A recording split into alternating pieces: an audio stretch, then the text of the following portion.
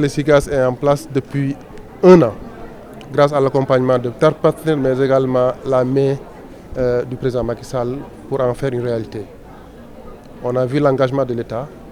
on a vu l'engagement et le soutien des partenaires. Cette plateforme nouvelle, à l'image du pays, au niveau national,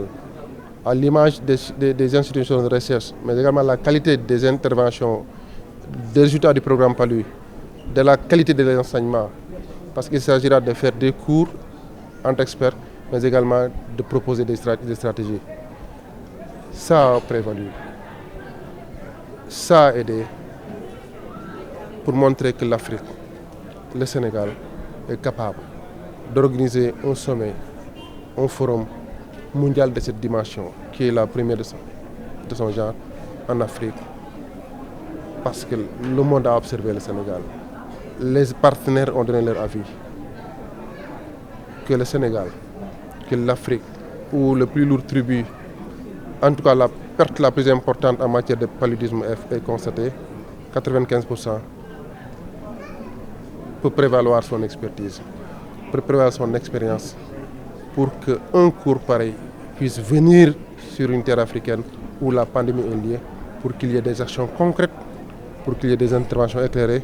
en vue de la vision mondiale de l'éradication. Je parlerai d'un taux d'incidence relativement faible, de 4%, 3 ou 4% depuis quelques années. Avec toutes ces panoplies d'interventions que nous voyons, encore une fois, le leadership de l'État du Sénégal, nous sommes en prélimination dans certaines parties du Sénégal. Et il n'y a que quelques zones rouges dans la zone au niveau du sud du Sénégal qui, je pense, vont être maîtrisées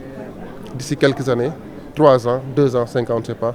pour que le Sénégal puisse éliminer le paludisme d'ici 2030. La situation actuelle est marquée par une stagnation du progrès. Depuis 3 dernières années, il y a une stagnation des progrès que nous avions jusque-là enregistré jusqu'en 2020. En 2020, nous étions sur un bon élan, mais il y a eu plusieurs facteurs qui ont fait que des pays qui avaient fait des progrès dans la réduction de la morbidité et de la mortalité liée au paludisme n'ont pas continué à avancer dans ce sens-là. Et donc sur le plan global, nous n'avons pas atteint nos cibles et nous sommes en déficit de 48% pour l'atteinte des déficits qui étaient assignés à la lutte globale contre le paludisme en 2020-2021. C'est donc un défi pour tous et nous devons aujourd'hui prendre des initiatives